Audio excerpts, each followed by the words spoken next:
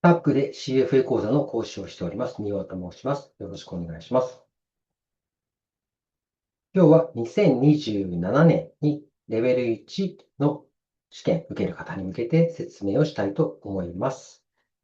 では、画面を切り替えて説明いたします。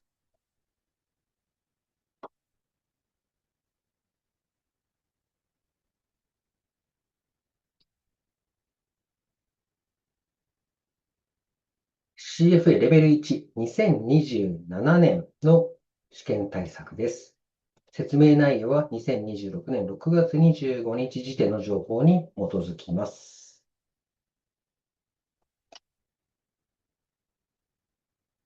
まず、レベル1の学習内容に関しましてご紹介したいと思います。レベル1の学習におきましては、経済や企業の財務状況、これを踏まえた株式の価格評価、また債券の価格評価、こういったものを学習します。また2点目としまして、プライベート市場、最近よく、記事等でも見るかと思いますけれども、プライベートエクイティだったり、プライベートクレジットだったり、こういった場面、市場においてどういったことが起きているのか、あるいは基本的な知識で、どうやって身につけたらいいんだろうかと思っている方、こういった方々にとっていい学習の場となるのはレベル1の試験内容だったりもします。また、デリバティブ。なんかよく聞くけれども、ちょっと危ないイメージということもあるかもしれませんが、そんなことはないという基本的な知識を、身につける、学習する、そういう場でもありますということで、よく聞くんだけれども、なんとなく知っている、こういったことをしっかり学習する、そういう場として、CFA の試験の勉強というのが位置づけられますと。で、3点目です。分析力。あるいは、運用に際しての考え方。こういう点というふうに言うことができますけれども、株式や債券、複数組み合わせる、その際の考え方、また複数組み合わせると、リスクやリターンがどう変わるのか、また運用方法を考えたけれども、これ実際に運用を始める前にどうなるかシミュレーションしたいなっていう時のやり方、基本的な点に限られますけれども、レベル1においては基本的な点を学習し、分析の観点を高めていくと。また4点目としまして、職業倫理ということで、証券の価格の評価だったり、あるいは、なんかよく聞くけれども、よくはわからない。こういった点に関して知識を固める場、また分析のツールの入り口部分になりますけれども、それを理解する場、また職業倫理について学習する場ということで、レベル1の試験範囲はこういったもので構成されております。でもう少しかっちりした説明をいたしますと、科目名としましては10科目でレベル1構成されております。で一番上にありますクオンティテイティブメソッド。これが定量的な分析に関する学習内容でして、数字を使ってどう分析するか。こういう定量的な数値を使った分析の基礎となる話がここにもう詰まっております。で、数字だけではダメで、経済をどう見るか、また企業の中をどう見るか、また企業の財務状況をどう見るか、これら基本的なツールとして学習をすると。で、それを行った上で、じゃあ株式ってどうやって評価したらいいのか、債券ってどう評価したらいいのかを学習します。またそこにデリバティブを組み合わせるという、こういう状況もあります。デリバティブってどういうもので、どういう種類のものがあって、どういう時に何を使うのか、こういった基本的なところを学習します。そして、オルタナティブ投資。この科目においては、プライベートマーケット、プライベートエクイティ、プライベートクレジット、ヘッジファンド、不動産。こういった株式や債券とはちょっと異なる、伝統的な資産ではない、あるいは伝統的な運用方法とは異なるといったものをここで、ひとまとめにして学習するというのがオルタナティブ投資と。で、こういった投資先、投資対象というものがあって、それをじゃあどう組み合わせていくかが、ポートフォリオコンストラクションと、ポートフォリオ構築と呼ばれる科目です。複数の証券を組み合わせると何が起こるかを学習する、そういった科目です。そして一番下が A6、職業倫理という、こういった10科目で構成されるのがレベル1の学習内容です。で、この学習内容で一番下ありますけれども、括弧書きの科目名は2026年試験における名称。2027年試験に関して今説明をしておりますけれども、呼び名がちょっと変わっているものがありましてということで、そこに関しては括弧書きで表示をさせていただきました。2026年までコーポレートイシュアーズと呼ばれていたものがコーポレートファイナンスと呼ばれるようになりました。エクイティインベストメントと呼ばれていたもの、エクイティーズと呼ばれるようになりました。ポートフォリオマネジメントと呼ばれていたものが、ポートフォリオコンストラクションと名前、呼び名が変わりました。で、呼び名が変わっただけなので、あまり大きな話ではないです。で、今の呼び名が変わりましたの話が一発目で、これは大した話じゃないんです。単に呼び名が変わっただけなので、何も心配することはないと。呼び名が変わりました。内容が変わったという話ではないです。で、次が問題でして、2027年、試験範囲が2026年までと異なります。で、これは2027年に初めて CFA を受ける方にとっては、あまり大きな話ではないんですけれども、2026年以前に試験、勉強して受けたぞと、じゃあ、もう一回、2027年、ちょっとこれまで受からなかったけれども、2027年試験、チャレンジしようと思った方にとって大事な情報です。3つの科目に関しまして、試験範囲が2026年までと異なっております。1つがクオンティテイティブメソッド。もう1つがエクイティ。3つ目がエシックス。で、エクイティに関しましては、こっちにも出てきていますので、科目名が変わったこと自体は何の問題もないんですけれども、これ、内容も変わってますので、内容が変わったというのは、結構大きな話です。結構大きな話です。で、結構大きな話なので、この3つの科目の試験範囲変更って何が起こっているのか、少し説明します。クオンティテイティブメソッドに関しまして、確率分布、シミュレーション、ポートフォリオ分析の学習範囲拡大。で、クオンティテイティブメソッドは、数値、定量的な分析に関して学ぶそういう科目です。で、数学という感じではないんですけれども、数学の考え方を使って金融の分析をしていきます。で、数学の考え方を学ぶ、そういう科目なんですけれども、その数学の考え方の範囲が、広がっております。広がっております。で、これ、数字が嫌いな方にとっては、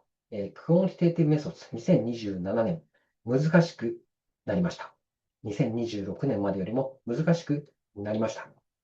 ただ一方で、実際に金融の分析をしていると、避けられない話が加わったというふうに言うこともできます。この3つに関して金融の分析、定量的な分析をしていると必ず出てくるような話だけれども、これまで CFA 試験の範囲じゃなかったぞという話、入ってきております。例えば、確率分布、ポアソン分布と呼ばれる分布、新しく試験範囲に入ってきました。でもこれ、なんだこれという感じかもしれません。ポアソン分布、聞いたこともないという方も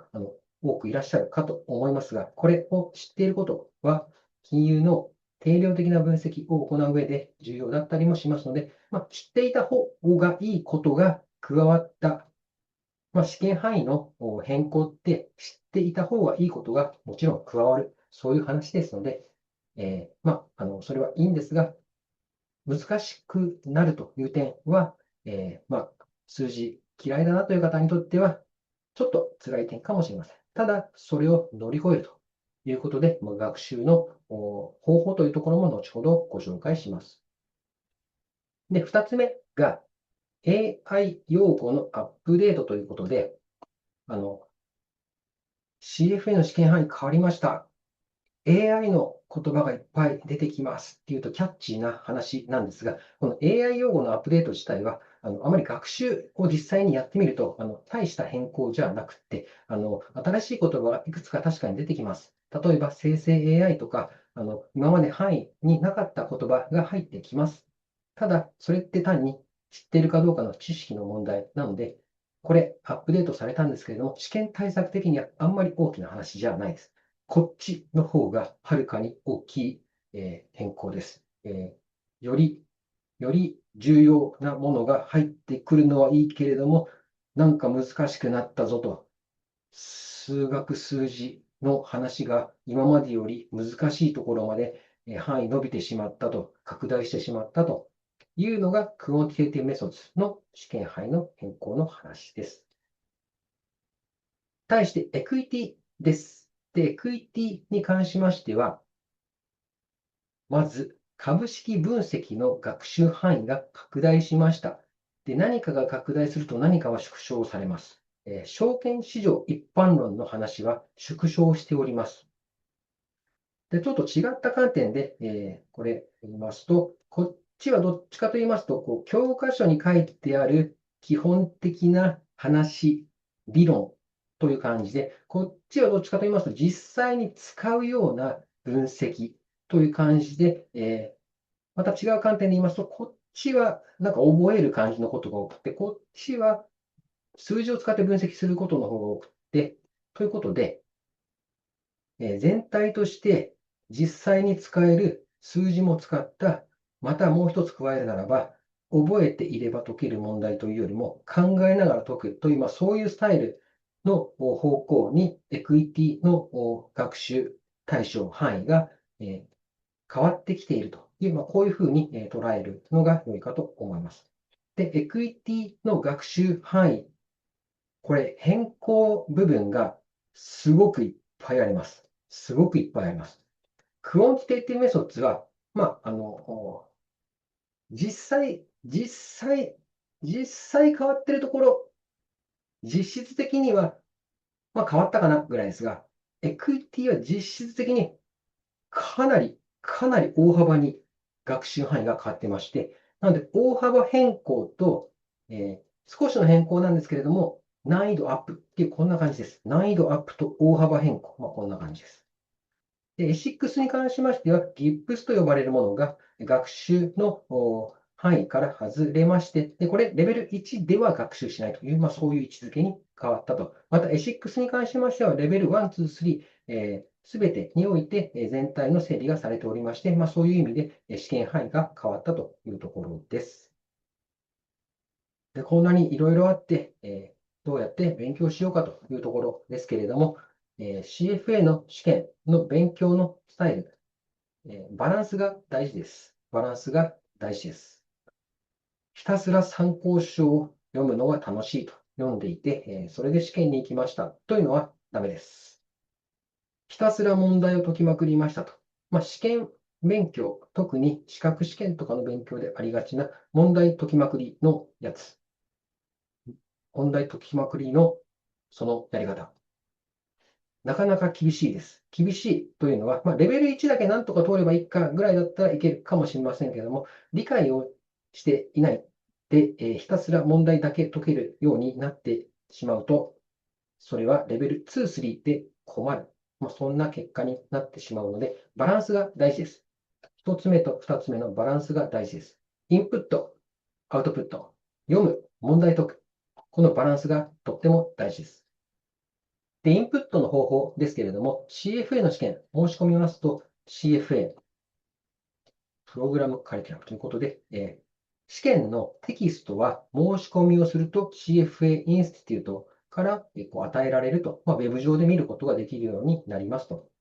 で、それをしっかり読んで勉強すればいいわけで、そして、